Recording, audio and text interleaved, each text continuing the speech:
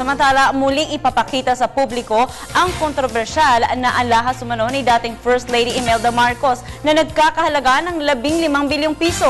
Para sa detalye, tingnan natin ang report ni Sam Ramirez.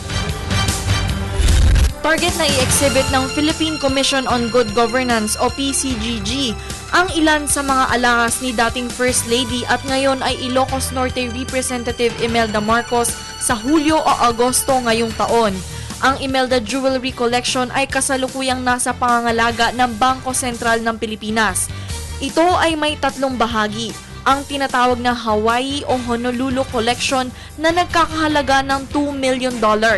Ang Dumelot Collection nagkakahalaga ng halos $6.4 million. At ang pinakamahal sa lahat, ang Malacanang Collection na nagkakahalaga ng $7 million. Kasama din sa ipapakita ang mga notes, resibo at tseke na kasama sa kwento ng kasaysayan ng jewelry collection ni Imelda Marcos. Plano ng PCGG na i-exhibit muna ang mga alahas bago ito ibenta.